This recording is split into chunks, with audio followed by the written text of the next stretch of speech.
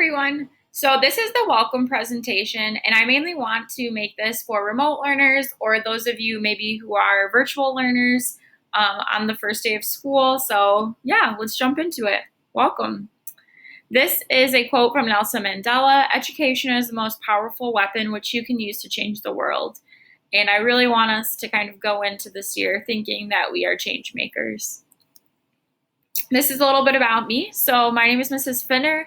I'm teaching you 7th grade English this year. I graduated from IU Northwest. I have a bachelor's in education as well as English.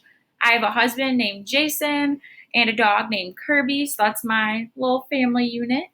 I have 3 younger brothers. I live in Valpo now, but I went to CMS in 7th and 8th grade, so that's pretty cool for me to come back as a teacher. I teach yoga. I love to travel. I'm going to Peru next. And then I just like to hang out with friends, family, exercise, love to read, drink coffee, all those teacher kind of things. These are some pictures of my friends, my husband. That's me on my wedding day with some of my best friends.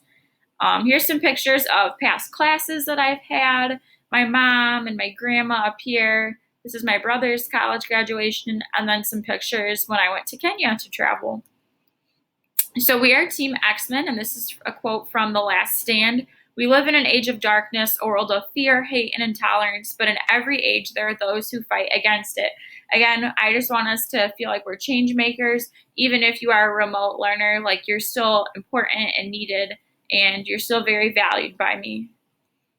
Here's our core classroom values this year. I don't really have rules. I have classroom values, and I really want you just to base all your actions online or in person around if you are following these values. So are you being respectful, engaged with the content? Are you curious, cooperative, daring, trusting, determined? So those are our core classroom values that I expect you to follow, and then I will also be modeling those values for you. So I'll have a lot of students sometimes, not a lot, but sometimes students will ask, why is my friend getting different work than me? What's up with that? So I like to say fair is not always equal. In this second image, you see 3 students trying to watch a baseball game, all of varying heights. So each of them needed different support to make it possible for them to watch the game. If they all had equal supports, people still miss out. Even though it's fair, it's not equal because they're not getting equal access. They're not being treated with equity there. So that's just something that I like to kind of go over, and I think that visual really helps you think about that topic. Here's a quick, brief digital etiquette summary. I'll make another video all about digital etiquette. We'll have a whole mini lesson on that. But I just want you to really think about all of your communication online with me as your teacher and your peers as being formal communication, because this is a school setting. So we want to make sure that we're corresponding during regular school hours. So I will typically answer emails between 7 a.m. and 3 p.m. I usually don't go later than 4 p.m. answering emails. I'll get to you the next day. And then if you're a remote learner, I'll go over my scheduled office hour times as well. Make sure, though, when you're emailing or communicating, whether it's to me, to a peer on a discussion post, we want to greet someone. We want to state a specific problem or be very specific with what you're saying. Again, if you have a problem accessing something, please be specific. And always say please and thank you. People really, enjoy that. Again, no matter what school platforms we're using, whether it's an app, Canvas, whether it's a Google Meet, I really want us to be safe, respectful. Think before you ask for help. So maybe think, okay, did I read the directions all the way through? Or did my teacher make a video about this?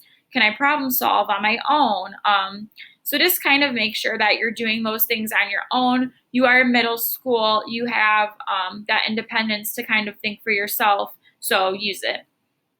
And I gave an example here of kind of what I would like an email to look like. Maybe saying, "Hi, Mrs. Finner, I'm a little confused on today's assignment about the Flipgrid post." So again, I'm specific about what I'm confused about. I'm asking a specific question, and then I'm saying thank you. So that would be a perfectly accepted email. I'm going to post a YouTube video here about Canvas. This will help with your Canvas scavenger hunt assignment. scavenger hunt assignment, knowing where to go and where to look for things and how to get a hold of me, all those good things. These are all the in-person classroom procedures. Feel free to read them, but if you are a completely remote learner, it really doesn't apply to you. And I will go over these in class as well, just as reminders. Growth versus fixed mindset.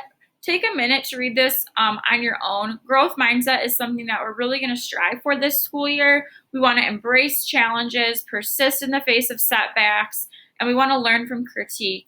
We don't want to avoid challenges, give up easily, feel threatened by the success of others. Here's our grading policy. Again, very centered around growth mindset. We're looking for growth, progress, not perfection. I never asked for that. Classwork will be 20% of your grade.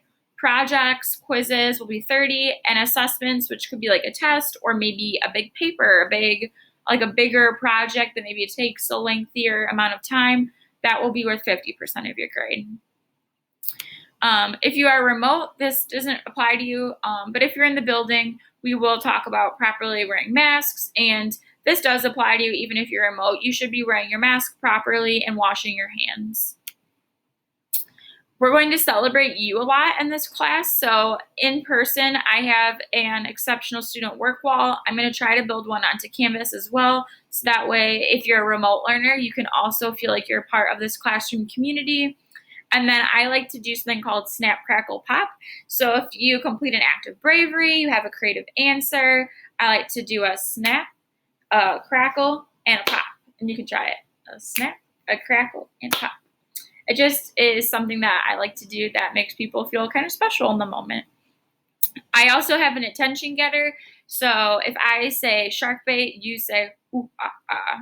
Shark bait, ooh, ah, ah. And it's mainly just to get your attention in person or online if it's kind of loud or people maybe are talking over each other. Something that I do just to know all eyes on me. We're going to focus in.